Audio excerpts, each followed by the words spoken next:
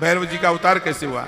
नारायण के और ब्रह्मा जी के ये विवाद हो गया, मैं बड़ा हूं मैं बड़ा हूं, और इस विवाद के चलते दोनों में भयंकर युद्ध हो गया। युद्ध बंद होने का नाम नहीं ले रहा था। सारे देवता शंकर भगवान के पास में गए। शंकर भगवान से कहा युद्ध बंद करो।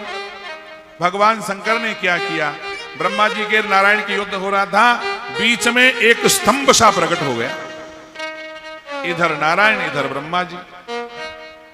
सज्जनों, अब दोनों में नारायण और ब्रह्मा जी में ये हो गया, बड़ा वही होगा जो पहले इनके आदि और अंत का पता लगाएगा। ब्रह्मा जी ऊपर गए, नारायण नीचे गए उस स्तंभ का पता लगाने के लिए। नारायण तो हजारों वर्ष हो गए, थक गए, आदि का पता नहीं चला, शुरुआत का पता नहीं चला, हार करके नारायण तो वापस आ गए। ब्रह्मा जी को बड़ा रहने दो, हम थक गए हैं। ब्रह्मा जी भी चलते चलते थक गए, ब्रह्मा जी भी अंत नहीं पा सके उस स्तंभ का। और क्या हुआ, ब्रह्मा जी की इस हरकत को देख करके और भगवान शिव जी को हंसी आ गई। अब हंसी आ गई तो शिव जी के ऊपर ही ऊपर केतकी का पुष्प चढ़ा हुआ था। हंसने के कारण से वो केतकी का पुष्प नीचे गिरने लगा और नीचे गिर रहा था। ब्रह्मा जी ने देखा ये पुष्प आ रहा है, तो हो सकता है ऊपर से आ रहा होगा।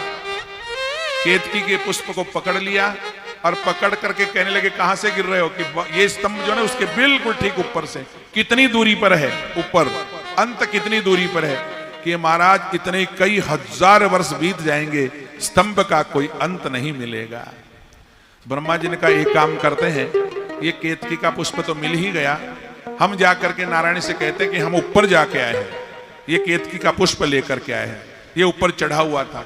एक केतकी के पुष्प के बोलो महाराज आप गवाही देना, झूठी गवाही सारी। आए वहां पर नारायण से मिले, नारायण से कहा हम ऊपर आज अंत का पता लगा करके आए हैं, कि कैसे प्रमाण, तो प्रमाण ये केतकी का पुष्प है। केतकी के पुष्प ने कहा कि ब्रह्मा जी ठीक बोल रहे हैं, ये अंत तक पहुंच करके आए हैं। उसी समय भगवान शंकर प्रकट हो गए स्तंभ में से। वो स्तंभ क्या था, वो शिवलिंग की ही आकृति थी, और उस शिवलिंग में से भगवान प्रकट हो गए। ब्रह्मा जी के झूठ बोलने का इस कृत्य को जब देखा सज्जनों, उसी समय शंकर भगवान के दोनों आंखों के बीच से भैरव जी महाराज का अवतार हुआ। बोलो श्री भैरव जी महाराज की। भैरव जी महाराज प्रकट हो गए। जैसे भगवान शंकर थे वैसे ही त्रिनेत्रधारी, जटा जूटधारी, सर्पों की माला आभूषण यज्ञोपवीत पहनने वाले, वैसे ही भैरव जी महाराज उग्र रूप में प्रकट हो गए।